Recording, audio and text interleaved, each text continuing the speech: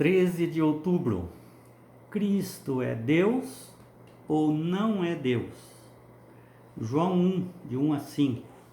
No princípio era o Verbo, e o Verbo estava com Deus, e o Verbo era Deus. Ele estava no princípio com Deus. Todas as coisas foram feitas por intermédio dele, e sem ele nada do que foi feito se fez. A vida estava nele, e a vida era a luz dos homens.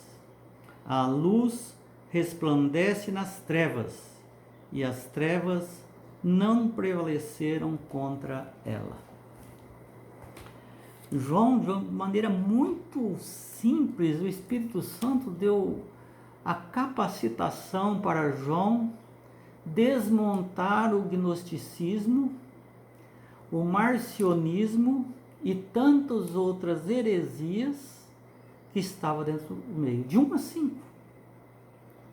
Ele responde tudo aquilo que Paulo no passado já havia pregado em Éfeso. João volta a repetir tudo que Paulo já havia falado, que Jesus no princípio já estava com Deus, ou seja, ele é eterno.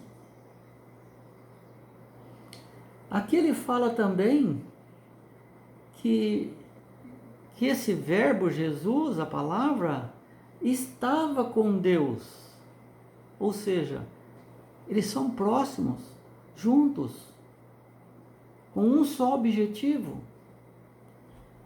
E ele conclui dizendo que esse verbo era o próprio Deus. Era um Deus. Era o Deus. Então veja que ele está falando que existe aí o Pai e o Filho. Como que eu entendo isso? Porque diz que o verbo estava com Deus. Ou seja, ele está falando de duas pessoas.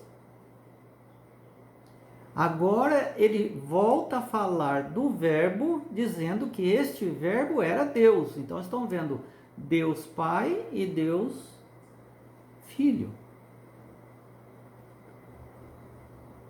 E fala mais que o Criador do planeta Terra é este verbo, é Jesus Cristo.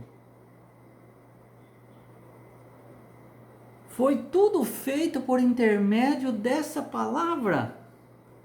Veja que o Pai falou e tudo passou a existir. Deus falou e tudo passou a existir. Jesus é este verbo que falou. O Logos. Foi tudo feito por intermédio do Logos. E sem ele, nada do que dessa vida que nós vemos existiria.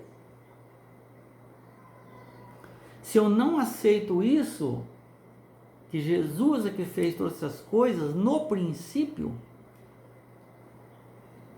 logo eu não devo crer em mais nada. Tudo o que eu estou vendo é poeira, é imaginação, não existe. É uma loucura. Então, diz também que ele é o autor da vida. A vida estava nele. E a vida era a luz dos homens.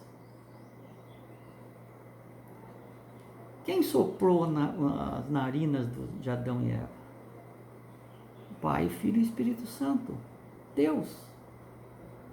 Jesus estava ali, dando a vida para o ser humano. Foi feito por intermédio de Jesus Cristo. E ele é o autor da vida, ele tem uma vida não derivada. Ele não depende de alguém. Deus não deu a vida para Jesus. Jesus já tem a vida, ele é a vida. Jesus é a vida. Ele é a vida eterna. O Pai é a vida eterna e o Filho, o Espírito Santo, é a vida eterna. Como explicar é algo incrivelmente alto para nós. E agora ele vem dizendo que a vida dos homens depende dele. Por isso ele fala que ele veio aqui, o Filho veio nas trevas. Essa luz que é vida, luz dos homens, ele veio resplandecer as trevas, iluminar essas trevas, quebrar as trevas para que nós possamos ver. Eles estavam em trevas ali, eles não conseguiam enxergar, não todos, grande parte, havia uma confusão ali.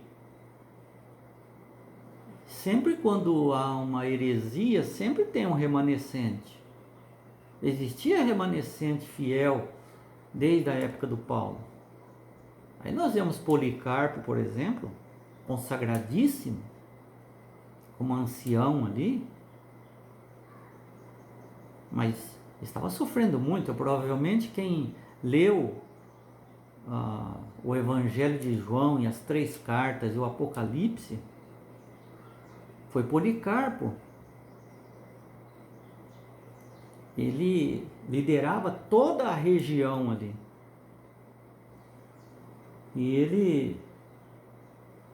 Então Jesus falou que Jesus veio resplandecer no meio de todas as trevas do pecado. Tanto é que Gênesis 3,15 já fala que o Messias viria para pisar a cabeça da serpente. E as trevas não prevaleceram contra ela. Mesmo Jesus morrendo na cruz, isso foi uma dádiva de Jesus. Não foi vitória de Satanás, foi vitória de Jesus. Ele deu a sua vida e recuperou a sua vida. Porque quando nós vemos aqui os 7 sinais, os 7 milagres que João escolheu para citar nos seus evangelhos, foi a dedo. Ele defendeu tudo isso aqui. Que Jesus é capaz de recriar uma vista aos cegos e reprogramar um cérebro escuro para ser a luz para aquela pessoa. Isso é um ato divino. João vem e fala da ressurreição de Lázaro, fazendo um paralelo da sua própria ressurreição e da esperança da ressurreição futura. Então há esperança.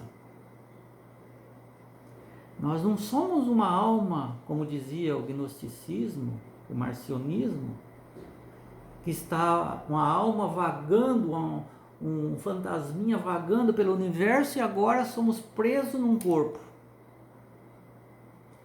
corpo mau. Então essas teorias caem tudo por terra, não existe nada disso. João não abona nada disso, em nenhum momento ele fala nos seus escritos sobre isso.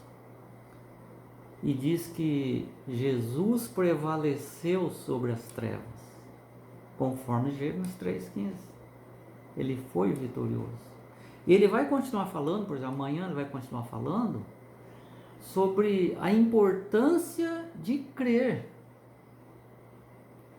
Porque é só através dessa palavra que é Jesus, desse Deus, Jesus, divino humano,